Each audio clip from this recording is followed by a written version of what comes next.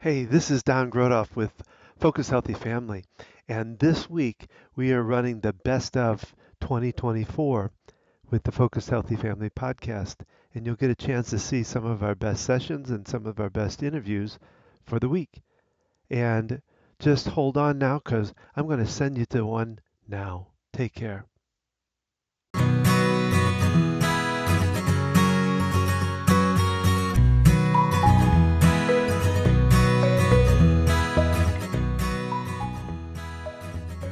How I became a single parent.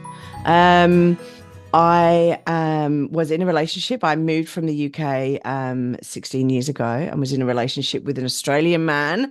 So I moved over to Australia for love and I wanted children.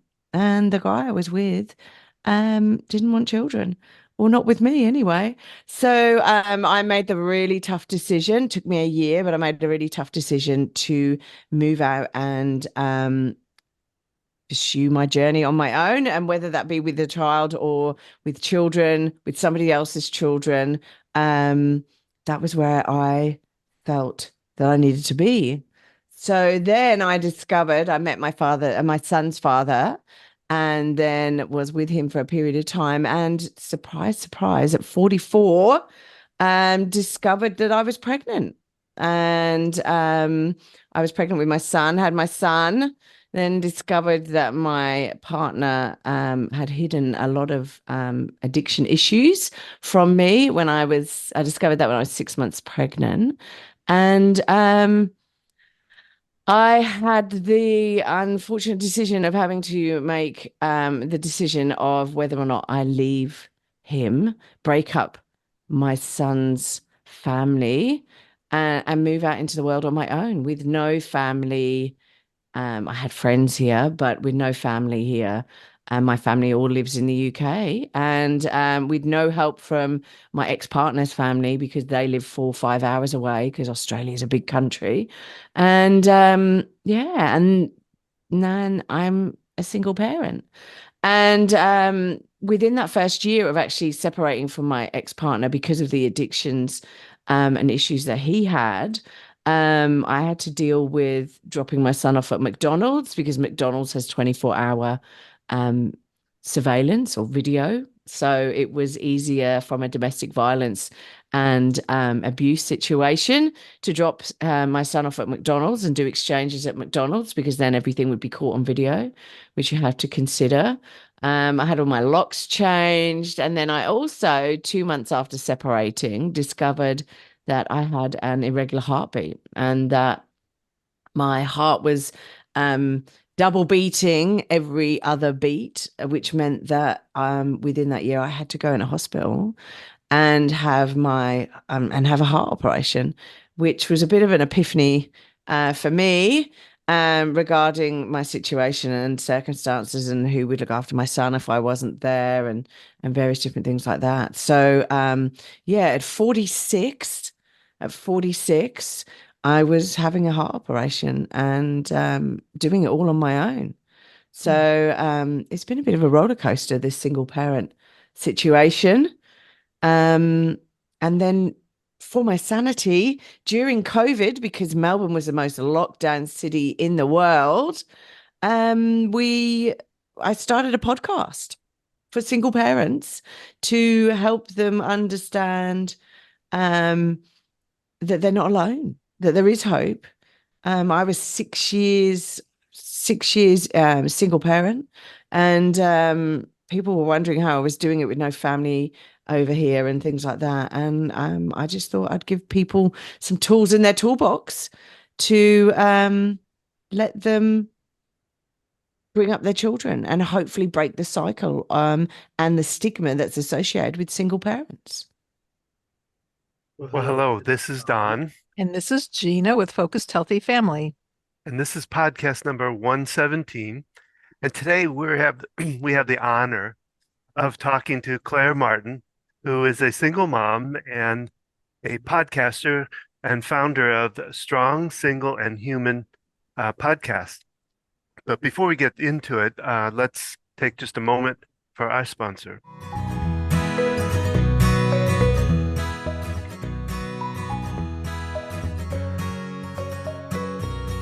And today we're talking about Ask the OT.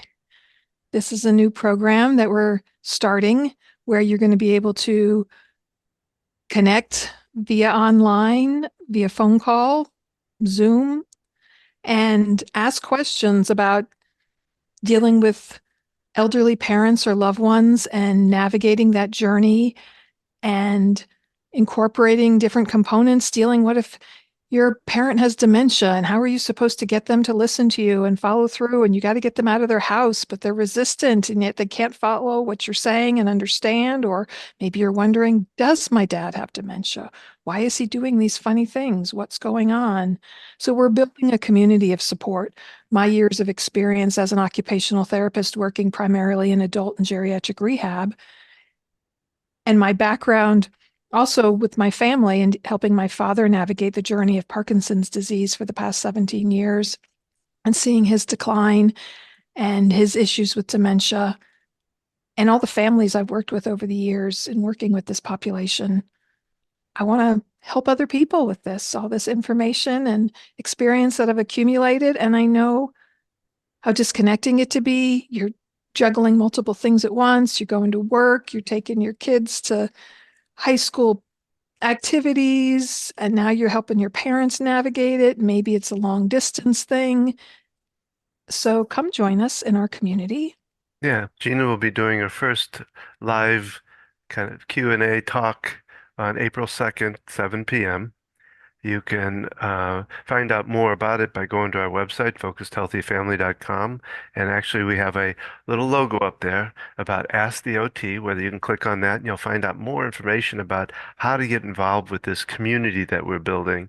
So check us out, and we look forward to you being there asking your questions starting April 2nd. But it's good to join now and get involved with the community. There's a lot of resources up there for you to be able to pull, and we look forward to talking with you. Yes, feel free to send us questions you have now.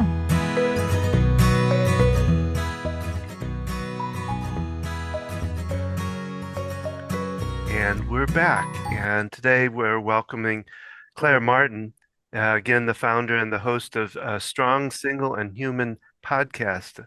As she said, she moved to Australia 16 years ago for love, and she said also for fun, and also to work and to live the Australian dream. The last thing expected was to be 49-year-old single mom navigating the challenges of raising a child on her own with no support network. But that's what she is doing now. And before having her son, she was a project manager, running a global multi-million-dollar IT project, managing multiple teams, and reported to top-level management. But nothing would have prepared her for the immense ups and downs of being a parent, let alone a single parent. So, Claire, welcome. I've really enjoyed it. Well, I don't know if enjoy is the right word, but your story was really neat to hear. You've been through a lot, and you're still here. So I am, welcome. and Single and human. yeah, exactly. And like, I'm no different to anyone else out there, really. Life throws you these curveballs, and you've just got to get on with it, really, which is crazy. And yeah, I've got a child, right? So I've got to be there for him. And he was when I separated, he was 2. So wow. like it's been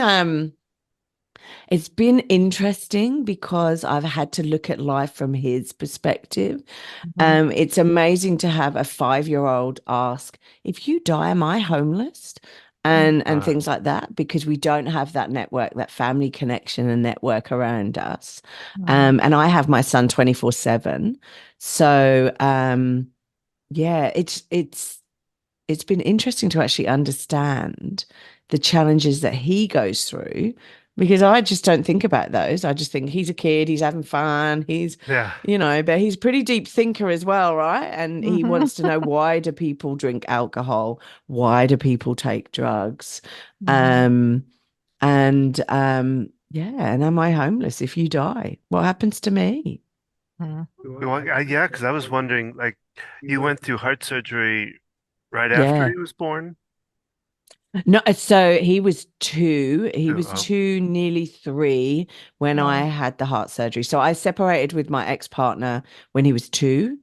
Um, and yeah, and then about 9 months later, I'm in hospital on my own, um, sitting there being questioned around what procedure I was having and things like that. And then yeah, they put now me who in. was who? How did you deal with?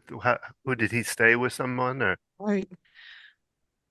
So I was really, really lucky. My mum and dad flew over from the UK to look after him because they didn't want him to be with people that he didn't really know very well. Mhm. So they flew over and they came over for a couple of weeks, one to look after him, two to look after me. But he was in daycare. So he was in, we have family daycare over here. I don't know if you have it Okay. in the States, but it's where you go and you drop your child off at somebody else's house, and Mm.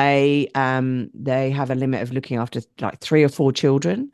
So he'd known this person since he was 6 months old. So because I had to go back to work, I had to Mhm. go back to work. I had to work.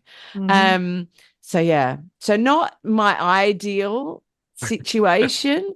I always thought I would be a family unit. We would have like a mom and a dad, and I'd have children. Maybe have one or two children, and we'd live in this lovely house and A two picket cars, fence. Yeah. and yeah, two cars, both of us like, having good jobs and not having to worry about money and, all of those things. And yeah, there've been stages where I've gone, okay, not sure how I'm going to pay the bills this month. Or,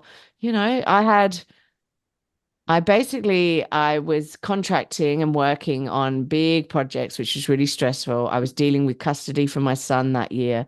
And then I also had the heart operation. And the week before going into hospital to have the heart operation, the company I was working for went, we're not going to renew your contract. So it was Oh, 3 weeks before Christmas, a week before oh, my heart Wow. operation. And they were like, we're oh. not going to renew your contract. So we're really sorry to do this to you. But yeah, you don't have a job. And I was Wow. like, okay, this is full on, right? And it's Christmas. So Christmas in Australia is shut down, right? It's our summer. So Christmas hits, all the kids are off school. Kids don't go back to school until February, sort of end of January, February. And so everyone's on holiday. Nobody's taking people on board or anything like that. Wow. Okay. So yeah, it's a very stressful time. Mm. But Well, I was kind of curious because it's interesting that he was two-ish, three, somewhere around there when you had that. mm, When I had my heart attack, my youngest was right around two, Yes, she was and she was two. Don was 52 and he had a sudden wow. unexpected, we didn't know he and had heart disease. it was a really And I had our kids were 2, 9, and 13. well Um, the 2-year-old had such a hard time seeing me in the hospital. He got very distant, she got very distant from me yeah, when you and first came home, it was just sort and of I this was weird wondering, did your child disconnect. have any issue with you being in this hospital and I don't know, just dealing with it emotionally as well as physically too, I I think guess. it I think it leads so bearing in mind, right, he'd had me there constantly for 2 years of his life. He'd never had a night without me Mhm. um in his life. I was there, I bathed him, I fed him, I put him to bed every night. His father didn't really do any of that. Um and so he'd had me constantly, and then for this one night, and it was only one night. I was only in one Yeah. night. Like I have to say the hospitals here are amazing, and I went in the morning, so we dropped him at daycare, and I went into hospital in the morning. I was supposed to be first in the queue, but unfortunately, some other guy had some complications, and so he had to go in before me. And I went in for my operation about 4 o'clock in the afternoon and came out at 7, 8 o'clock at night. And it was very strange for my son because I didn't pick him up from daycare. My parents did. And then he was like, well, where's my mum? Is my mum coming back? And I wasn't there. My mum put him to bed at night. And then when he woke up in the morning, I wasn't there again, right? And I think that has generated anxiety in him with regards to him being worried if I go out for an evening or if he goes and has a sleepover, he's worried that I'm not going to be there when he comes home. Where is my mum going to be? So there's been times it's been very difficult for me to go out and have a night out without him dealing and going through some sort of anxiety around, you're not going to be drinking. Where are you going? How are you getting home? How late are you going to get home? All of those things, because like I said earlier, when he's 5 and he's going, if you die, am I homeless? What goes on there? Which is, as a 5-year-old, you wouldn't want to be thinking that. How old is he now? He is going to be 9 this year. Okay. So I'm loving that you called me 49, but I'm actually over the hill and I'm now 50. I'm going on that slippery zone. No, that's okay. That's great. I was like, I can remember 49. You could have left it that way, Yeah, no, I could have done. You're the youngest. You're the youngest right here of the three of us. So. Oh, damn. That doesn't happen very often. Yeah, I hit the big 6'5" this year, so I went the Medicare route and all of that. So yeah. Okay. I don't look a day over 64 never though. Put you at 65. I've never put you at 65. Wow. I will be 55 this year. Wow. Well, exactly. Well, same with you, right? You look like, so yeah, no, exactly. Yeah, Don's always with the younger women. Sometimes we're 11 years apart. Yes. Wow. So, also, I'm kind of curious in your story. You talked about exchange at McDonald's, and because of the surveillance. Mackie D's. Was that with the father? So because we were going through negotiations on a parenting plan. So and so the situation legally over here, if you don't have any agreement, your partner, ex-partner, ex-husband, ex-partner can take your child. And if you don't have a court agreement or anything like that, they can take your child and never give them back. They don't have to give them back. You can request the police to do a welfare check on them. But if you don't have a custody document or a parenting plan or anything like that that's been approved by the courts, then you don't really have any rights as such. You can't demand that your child live with you because you don't have any. You'd have to go to the courts. You'd have to go to the courts to request that they get returned to you. So we were going through, I didn't want that to happen because of my situation. And so we were going through negotiations around when my ex-partner could see my son. And now I have my son 24/7. It's not through me stopping my son from seeing his dad or his dad seeing him. It's just a choice and decision that his dad's made. But yeah, initially it was drop off and pick up, and he would have him overnight, pick him up on a Saturday morning and then drop him off on a Sunday night. And I think it's important that my son has something to do with his dad. Sure. Even though there are issues, and those issues have sort of been slowly getting sorted out, I'm hoping, over the last sort of 6 years that we've been separated. But yeah, it was McDonald's because I feared, I didn't know what he would be like when he turned up, whether he'd be drunk, sober, what state he would be in when he dropped his son off. So it was easier to actually get all of that captured on camera. And I didn't have cameras. I have cameras all around my house now, even now, six years on. Because there is still that element of I don't know whether anything would be done to my house if we were away for the weekend, if we were on holiday or whatever. You just don't know. And the house that we were living in at the time, I got all the locks changed and I still had a fear that he could come over in one drunken stupor and smash windows or set fire to the house, push burning papers through the letterbox and set fire to the house and things like that. And while we were separating, I was locking. I, for some reason, had a lock on my bedroom door. It was there when we moved in, and I would lock my door because he was drinking in the evenings, and I was concerned that he would drink. I knew he would never hurt my son, but that he would come through and be angry at me.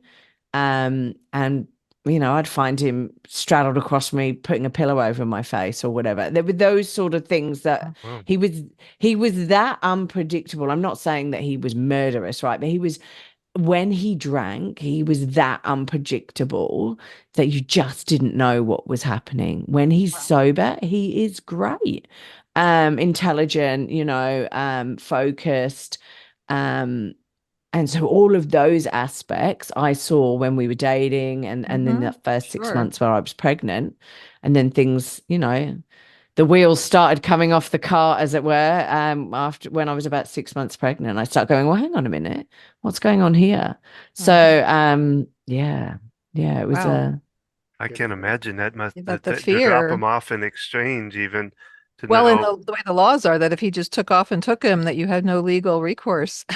Well, because I didn't have a plan. I didn't have a court approved plan that had been signed and witnessed by both parents and then witnessed by, a third party. There was, So yeah, Like, these are the things. so he was somewhat decent about that as far as doing, Shared custody. sharing custody.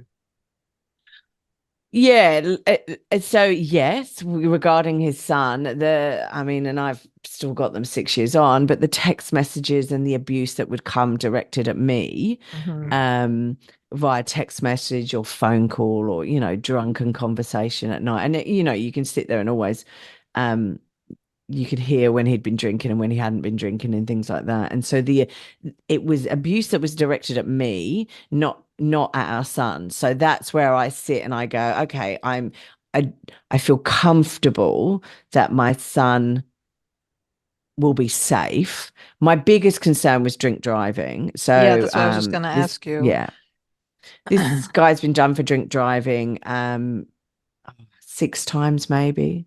And driving without a license. I mean, there's no, at the end of the day, done for drink driving, banned for 6 months, drove those 6 months without a license, didn't get caught, drove another 6 months. Over here, you have to have an interlocker fitted to your car, which is a machine that your car won't start unless you breathe into it, and you register 0 alcohol. Oh, okay. Oh, wow. I've heard of those things. So you've got those in place when you've been arrested for drunk driving. They put that on. So there used to be that you would only get that fitted to your car, and you have to pay to get it fitted, right? This is the penalty of actually being done for drink driving. You have to get paid to have it fitted to your car. That used to be if you were high range, right? So over 1 point something or other.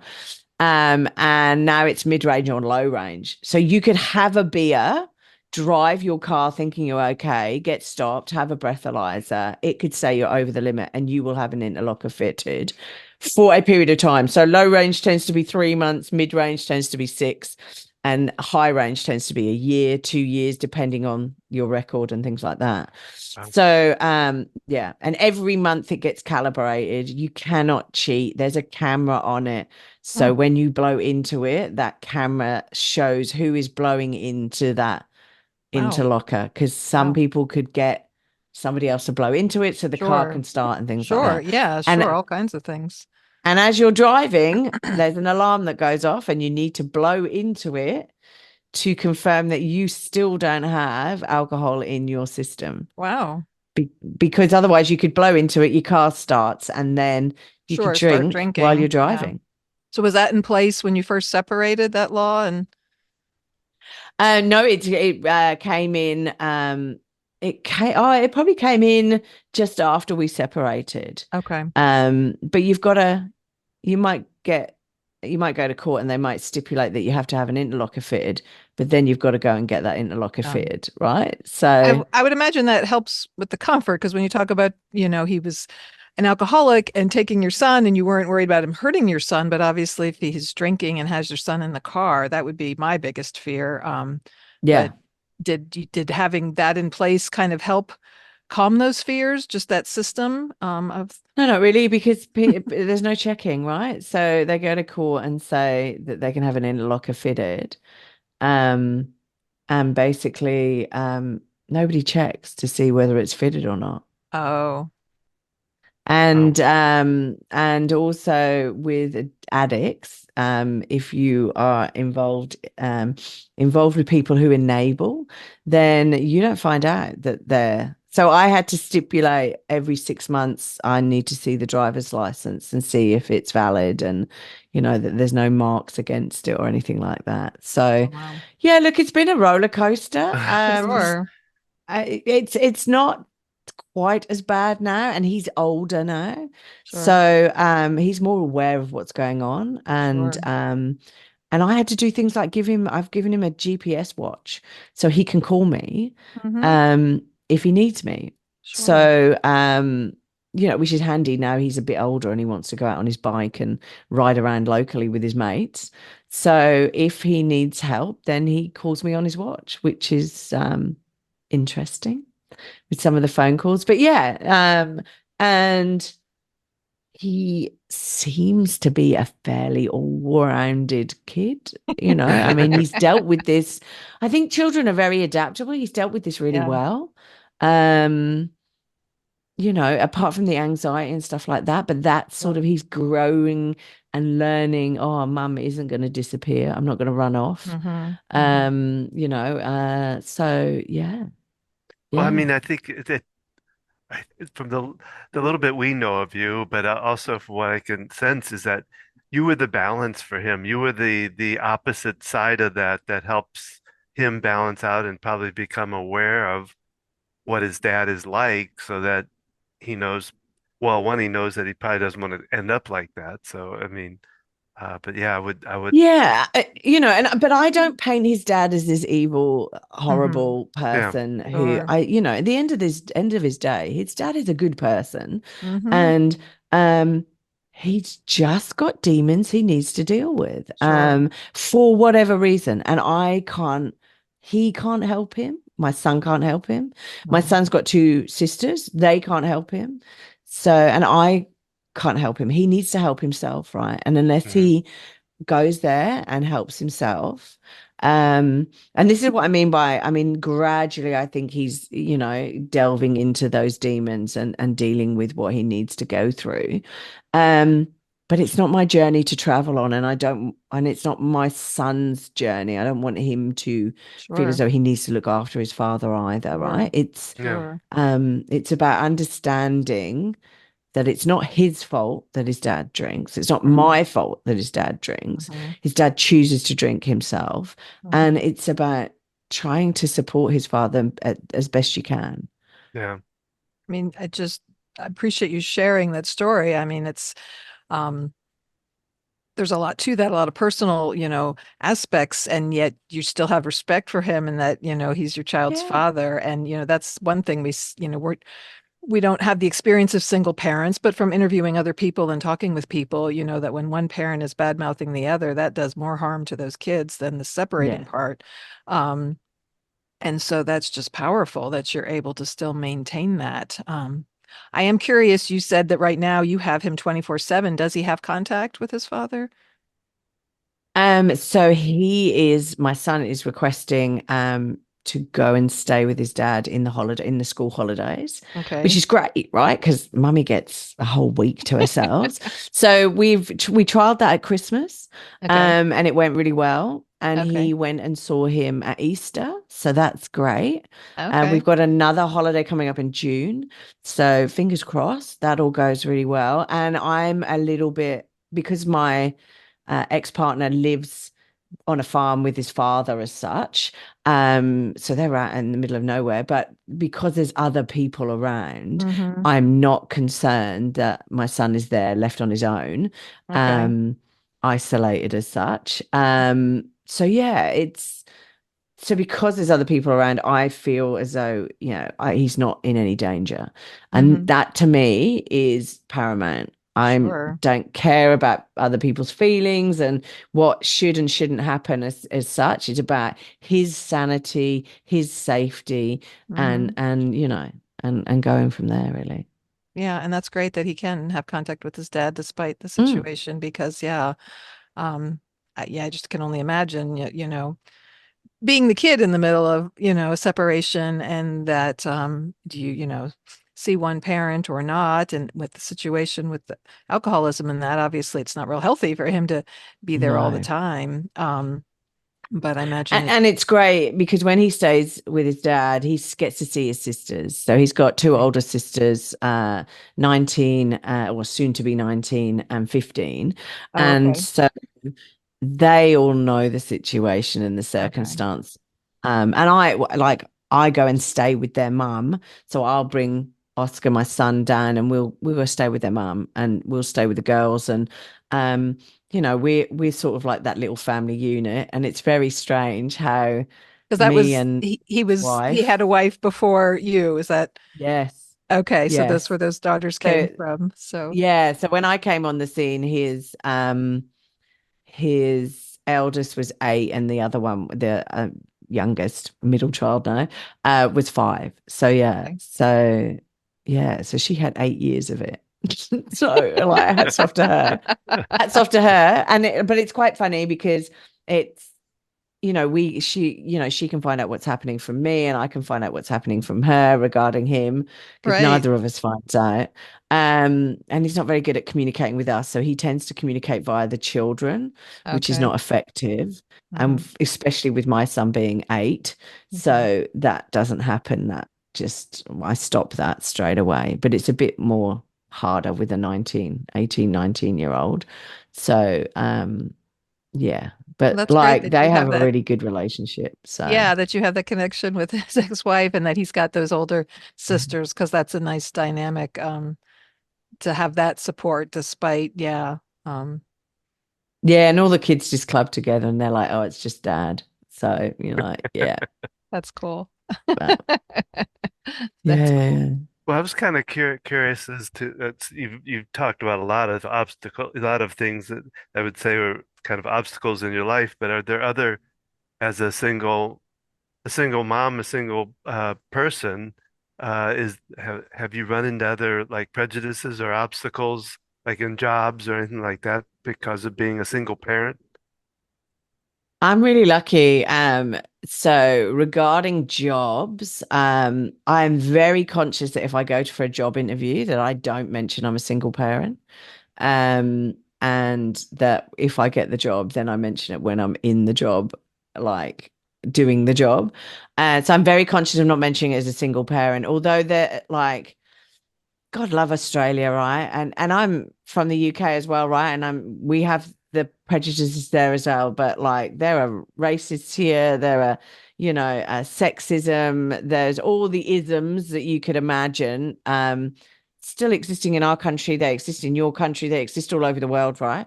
Hmm. Ageism is another one that I'm butting my head up against as well at the moment. So, it's all good. Yeah, we get old and crazy apparently. And we can't do a job, but hey, that's okay. And so there are all of those, but I've got to say, being a single mum, I do tend to get the better end of the stick, because it is considered, if my child is ill, I can go home and I can pick him up from school, and I can, I get an easier ride at work. There are a lot more things out there geared towards single moms, so I would not want to be a single dad. Hmm. I don't see there being like single mom groups, single dad groups. Like the guys I work with who are single dads, and I work in IT, so I'm predominantly in a male industry. The guys I work with, who are full time, have their children 100% of the time, get a really rough deal in some jobs and some areas because Mhm. there is a stigma of like, well, why are you like, isn't there anyone else who can go and pick the kids up? Isn't there anyone else that can do X, Y, and Z? Mhm. And I think if I've got to leave off early to take my son to an event or picking him up from somewhere or whatever, um, it's just a given. I've got to do that because I'm a single mom, right? But for single dads, the expectation is that the kids are with their partners most of the time and they just get them at weekends. But Yeah. it's And then it's it got interesting. set roles for mom and Well, it's dad, sort of a interesting reverse on the whole sexism idea that Yeah. that the different assumptions with moms and dads, but Well, yeah, because I mean the closest I got to that was I was a stay-at-home dad for probably the first two Yeah. years of our first child, but I I know the age prejudice. I mean, I've had that trying to look Mm. for a job that was back when I was in my 50s and yeah, still got you got looked over for jobs because they're like they could hire someone fresh out of college who didn't have a family and could work 70 hours a week. And I yeah. know, it's crazy, isn't it? um, But they forget about all the experience and the knowledge and all of the other stuff that, yeah, no, I know, I And know. that's That's why I probably a work at whole other McDonald's. podcast. No. We have surveillance though, Yeah. Yeah, that's okay. I'm curious if the McDonald's in the US have surveillance like that. I don't I don't think we do. I don't We're not as Oh, paranoid as don't you? Australia, maybe. I don't know. Well, or just I don't know, the restrictions like the whole what you talked about, the lock on the car. I know I've heard stories about that, and in the US, the whole freedoms, and like I think that's a great idea, but nothing like to get something like that passed in the United States would be a lot more difficult.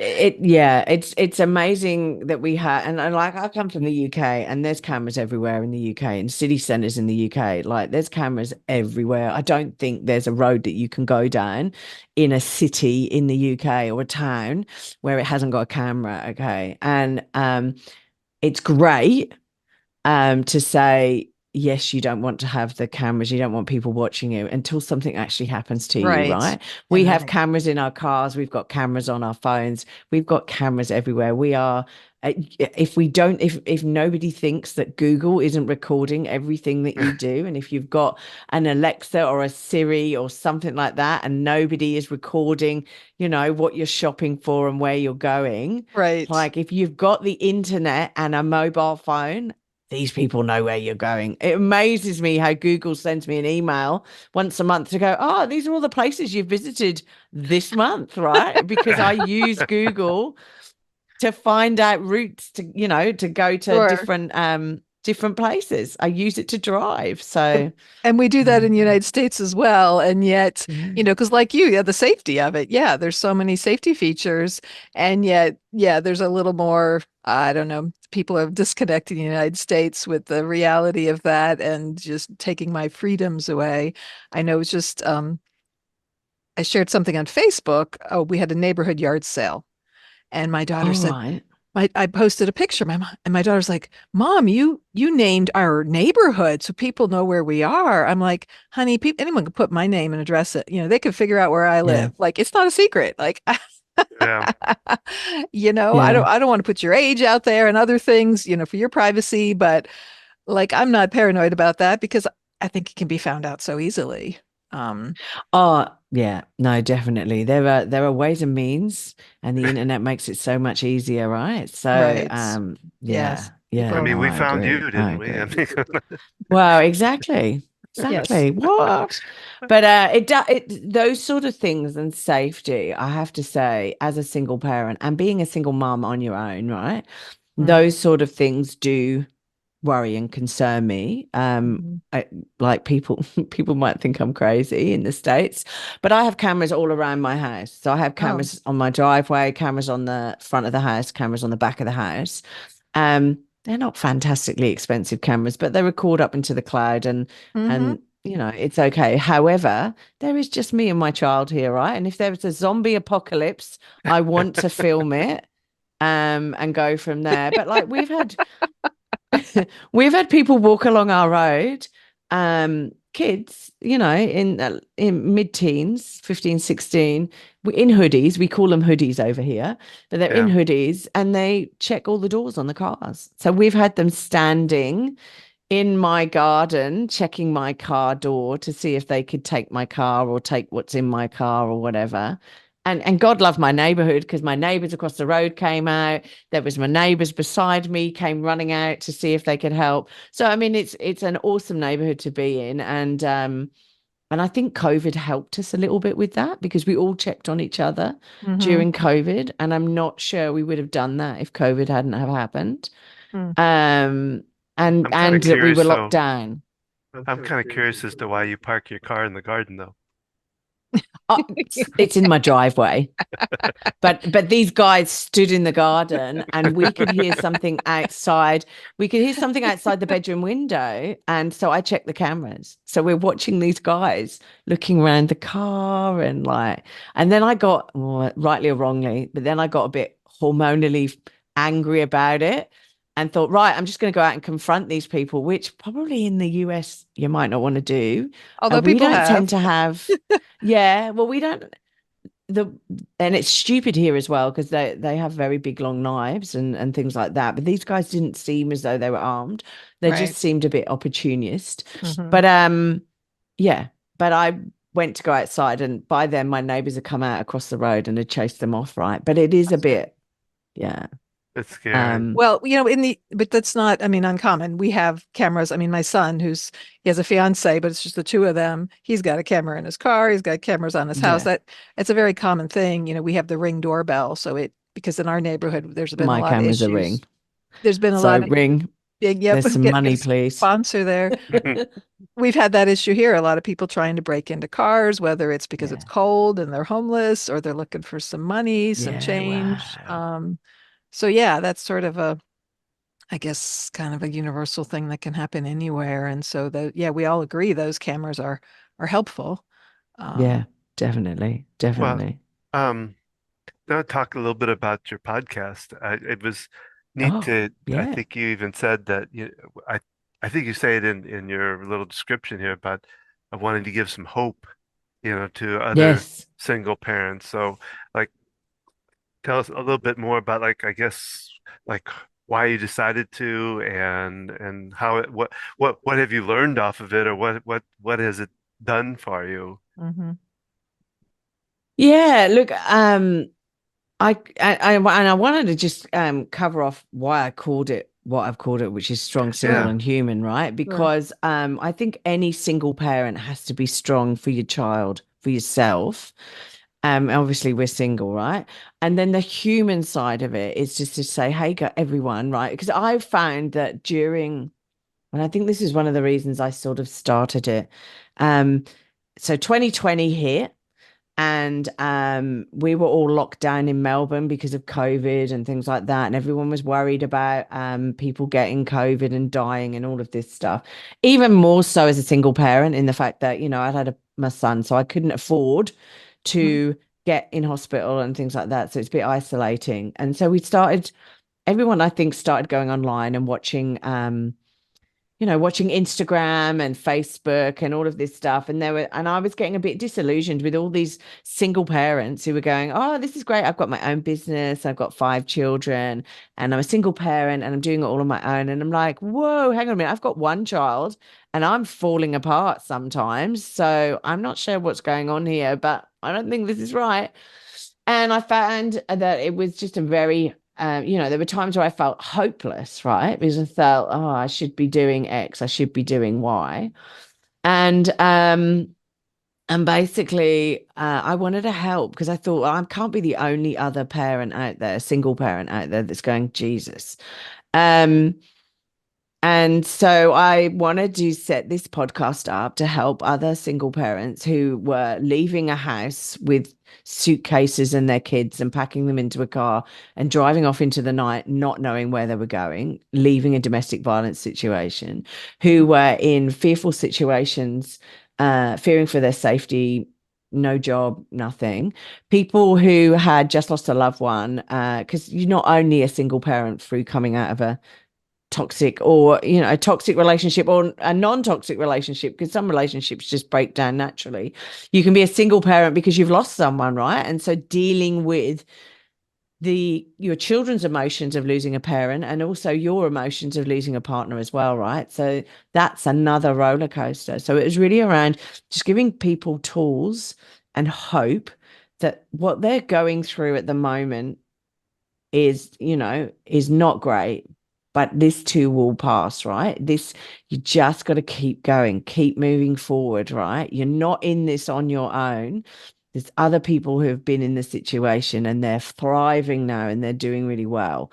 So that was why I started it, to just get out there and just interview people like yourselves, and interview authors and give people ideas for jobs and other things that they want to do, and show people that if they want to be, a entrepreneur online, or they want to write a book, or they can do whatever they want. Just being a single parent isn't, or shouldn't, stop them.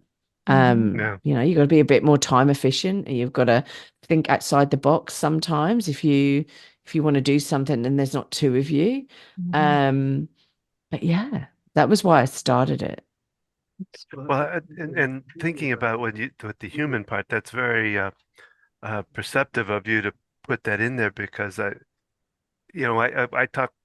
work with parents in my tapping process, and Yes. coaching and all.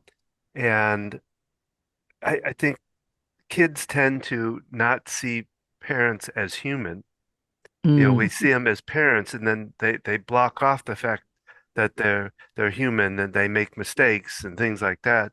Because they get a lot of parents that are so afraid of making mistakes, and their kids seeing, oh, I'm screwing up my Gotta child. hold it together for my kid. I gotta. Yeah, and to see them as a parent, as human, I think helps the child to better, well, like you say, grow up well-rounded, and knowing and learning things from the parent through example. So I think it's neat that you put that on there and added that piece in there, because yeah, strong is important, but also showing not your weak side, but that you have Right. You have those moments of you where have how those can I You do make moments. this? Falling mistakes. apart. That's Right. that's how we learn. We make mistakes. That's how we learn. And we need to say to our children, hey, it's okay to make a mistake. Okay, you made a mistake. It's not a biggie. Just don't worry about it. How are you going to change that? What are you going to learn from it? How are you not going to make the mistake again? Because the biggest mistake that we can do is just to continue to do the same thing, Right. bang our And head expect against the different wall and results, right? yeah, Isn't that crazy? yeah, Yeah. exactly. And it is. It's a definition of crazy, isn't it? Um, and so it's about, okay, you made a mistake. It's all right. It's not a problem. We pick ourselves up and we move forward. How are you going to do it differently? What should you be doing now? Right. And those are the things that I think we need to Hi, be kitty. teaching our children. Oh, Hi, kitty. we Yep. got joined by another friend, a cat. Yes. Yes. It's the podcast time. We're sitting still. She's like, oh, it's time to sit in someone's lap. Oh, yeah. The other reason I love the strong, single, and human is you talked about when you were home with COVID, the lockdown and looking at Instagram, and so many people make a pretty face that, the makeup, they make it look like everything's going smoothly, and they don't show that other side. They just, Yeah. there's probably a name for it, but you talk about that and, you go on Facebook and they're just showing everything like everything looks perfect. And we all know that that's not the full picture, right? They're No. not sharing all that. And so it's deceptive, like you said, you feel like, oh my gosh, I'm not doing it right. Whether it's you're a parent with a partner or you're a single parent, you feel like, oh, wow, look what they're doing. They're living this life and they're going on these vacations and they have it so good. And, and in reality, there are other aspects of their life that they're not sharing. And so, like you, we feel it's important to have discussions around these things. And, I love that you're podcasting, you've interviewed us twice now on different topics, and just sharing with people different resources.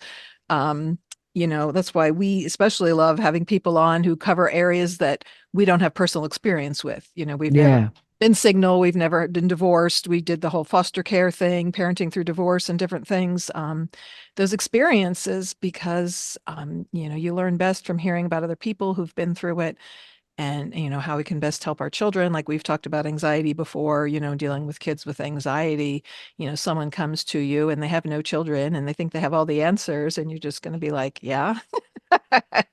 Well, yeah, and that's right. And but also I think it kept me sane during COVID because I got Sure. to talk to other adults. Yeah, Because bearing yeah, in mind, right, but Melbourne had was it 260 days? I can't remember. And, like it goes into a blur now, and I can't imagine being locked down for almost a year.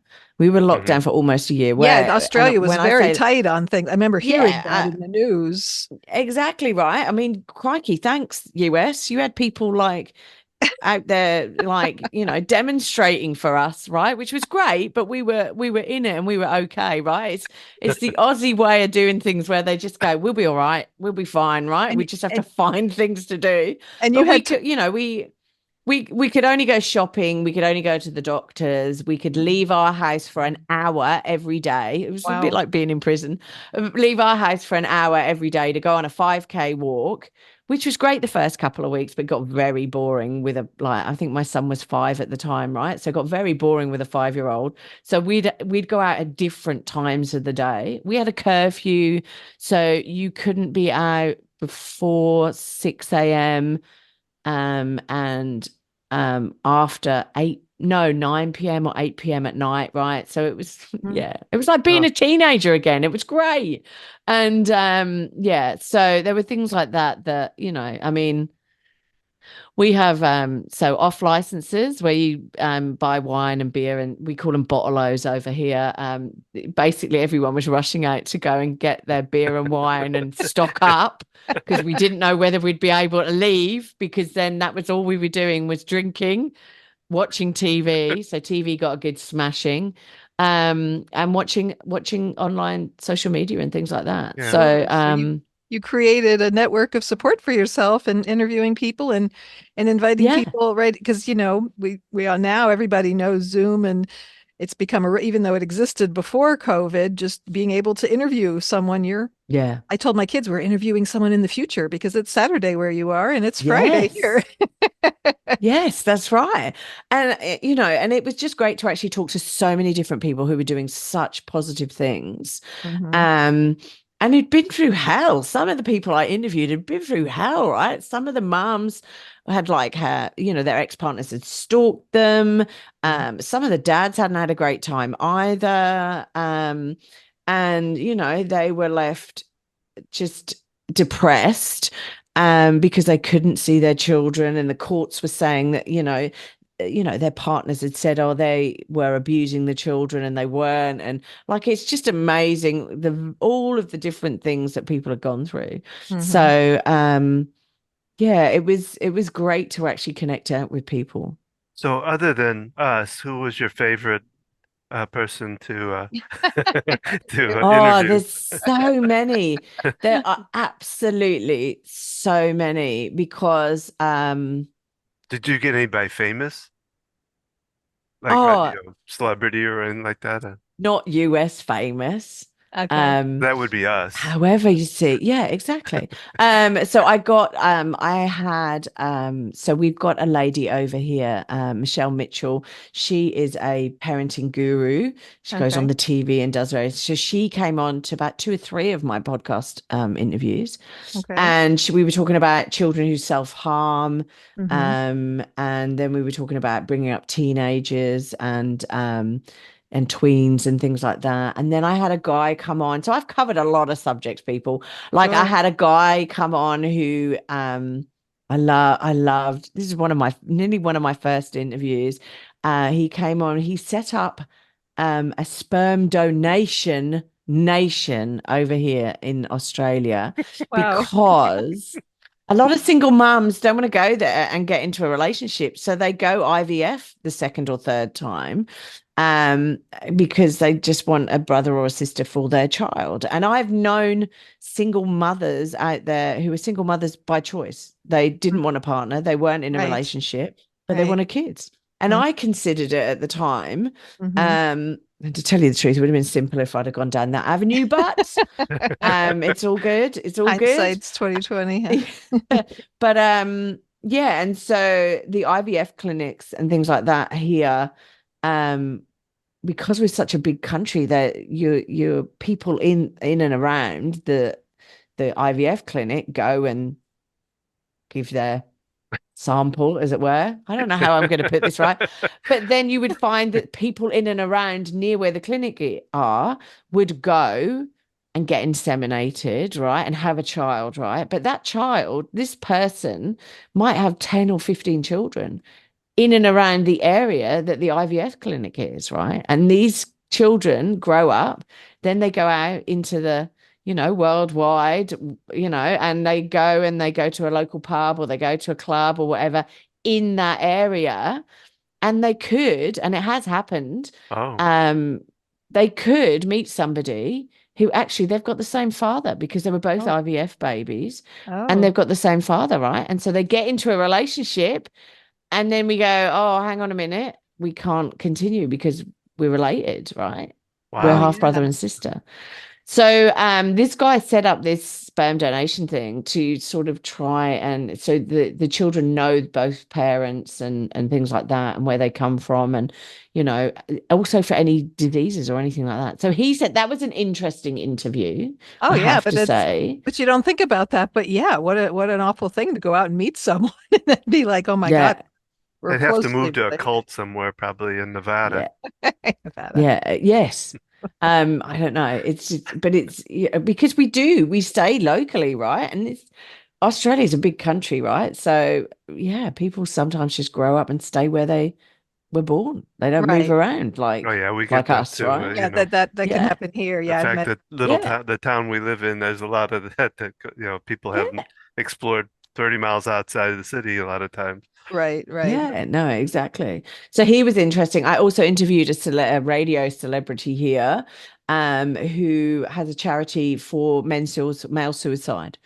And so I've done a lot on male suicide because the year before I had my son, a friend of mine in the UK committed suicide. And I'd always, before my friend committed suicide, I'd always been of the view as, oh, that's just an easy way out, oh, what are they doing? That's so selfish and blah, blah, blah. And I'd never really thought about the dark side of it. And this guy he seemed to have it all together. He'd got two grown-up kids. He was starting out, he was 52. He was starting a new job on the Monday.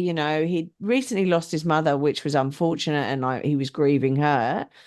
But he was in a place where he couldn't dig himself out of, and so decided he's going to hang himself. So, Um, and you've got to be in a there's a to me, I was like, wow, knowing him for so long, Sure. I was just like, wow, okay, maybe my preconceived ideas about suicide are not correct. And it's unbelievable. And it happens. Like in Australia, nine people attempt suicide.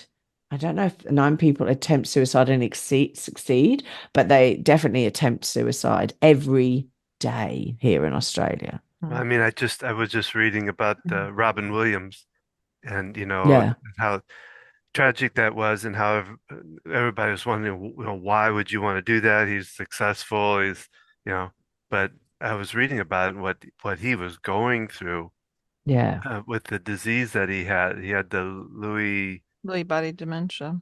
and it was yeah, really taking over his mind, and he was in a lot of pain. So it was kind of a good ending for him because he was yeah. the way he was going, he wouldn't have been able to even control himself or deal with, so you Yeah, No, never you exactly, never know, exactly. right, until you. Sorry, that was my son interrupting us.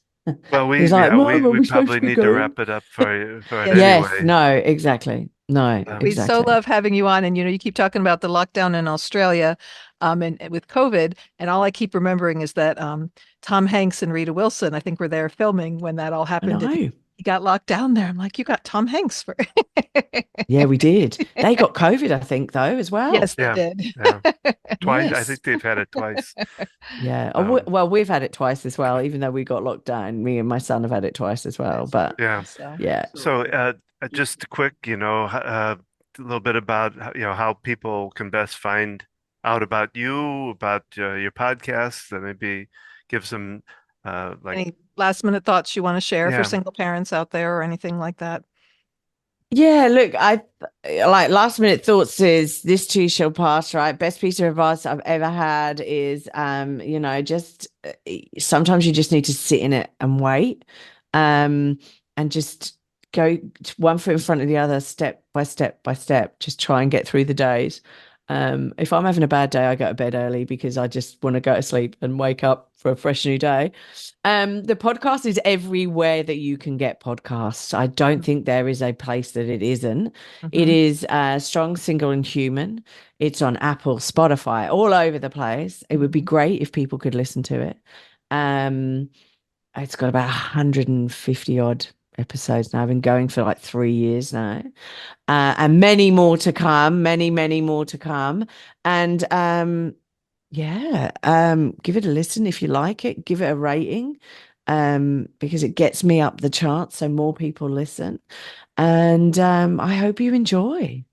Yes, we will share a link for it. yeah. Here on our podcast. And, you've interviewed us twice, and it's been so nice turning the tables and getting to know you more and your story and asking you questions. So we've really enjoyed that. So thank you for being here today, Claire. No, thank you. And this is our podcast for today. We hope the viewers, you have enjoyed it, that you will share this podcast with others, share the link to this particular podcast, and to learn more about Claire and Strong, Single, and Human.